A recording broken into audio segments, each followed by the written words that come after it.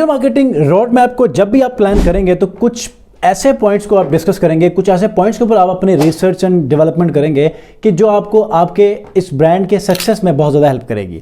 तो इस वीडियो में मैं आपको मल्टीपल ऐसे पॉइंट्स के ऊपर आपके तवज्जुहात को मबजूल करने की कोशिश करूंगा, आपको थोड़ा सा अंडरस्टैंडिंग देने की कोशिश करूंगा ताकि आपके लिए आसानी हो कि अगर आप अपने किसी ई कॉमर्स ब्रांड के ऊपर या किसी एजेंसी या किसी भी ब्रांड के ऊपर, किसी भी बिजनेस के ऊपर जब कभी भी रोड मैप बनाना चाहें डिजिटल मार्केटिंग में, तो आपको ये वाली वीडियो बहुत ज़्यादा हेल्प कर सके। ठीक है, तो आइए सबसे पहले पॉइंट की तरफ बढ़ते हैं। सबसे पहले फेज के अंदर जिस चीज के ऊपर आपने गौर करना है वो ये है कि आपने R&D करना है, रिसर्च एंड स्ट्रेटजी डेवलपमेंट। ये बहुत ज्यादा जरूरी है। अब बहुत सारे लोग डायरेक्टली ना इंप्लीमेंटेशन की तरफ आते हैं। डेफिनेटली उसको इंप्लीमेंट तो करना ही करना है, लेकिन सबसे पहले आपकी स्ट्रेटजी बहुत ज्यादा क्लियर होनी चाहिए।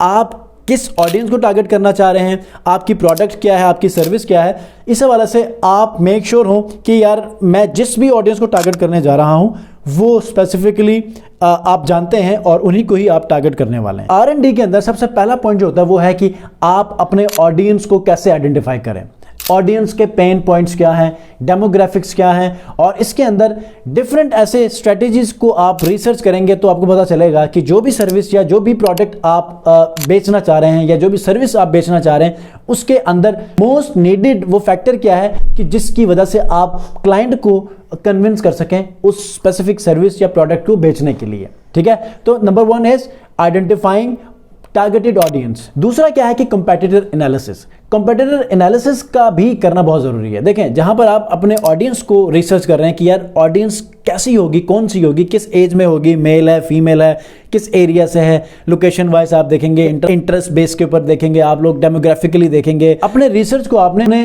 कंपेटिटर्स के ऊपर भी इंप्लीमेंट करना है कि आप क्या चीज फाइंड आउट कर सकते हैं अपने कंपेटिटर्स में, वो कैसी स्ट्रैटेजीज को अपना रहे हैं कि जिनको आपने अडॉप्ट करके उससे भी बेहतर एक स्ट्रैटेजी को बनाकर आप फॉरवर्ड कर लें इंप्लीमेंट करके। ठीक है, तो ये चीज बहुत ज्यादा इंपॉर्टेंट है।